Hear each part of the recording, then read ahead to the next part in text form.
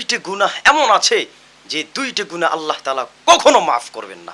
এমন দুইটি গুনাহ রয়েছে, এমন দুইটি মারাত্মক গুনাহ রয়েছে যে দুইটি গুনাহ আল্লাহ তাআলা কখনো মাফ করবেন না। সাবধান ভাইয়ের আমার, আল্লাহ তাআলা আপনি রোজা রাখেন নাই, চাইলে মাফ করতে পারে। নামাজ পড়েন নাই, চাইলে মাফ করতে পারে। আপনি যে কোনো একটা অপরাধ অন্যায় করেছেন, চাইলে মাফ করতে পারে। কিন্তু দুইটা গুনাহ আল্লাহ তাআলা কখনো মাফ করবেন না। ভাইয়ের আমার সাবধান, দুইটি গুনাহ। কয়টি গুনাহ ভাই? দুইটি গুনাহ আল্লাহ তাআলা কখনো মাফ করবেন না।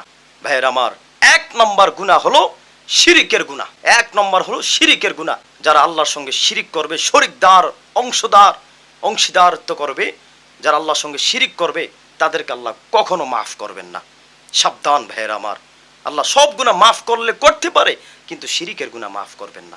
এবার আসেন ভাইয়ের আমার, দুই নম্বর হলো বান্দার হক নষ্টকারী আল্লাহ কখনো মাফ করবেন না। বান্দার হক নষ্ট যারা করবে, তাদেরকে আল্লাহ মাফ করবেন না।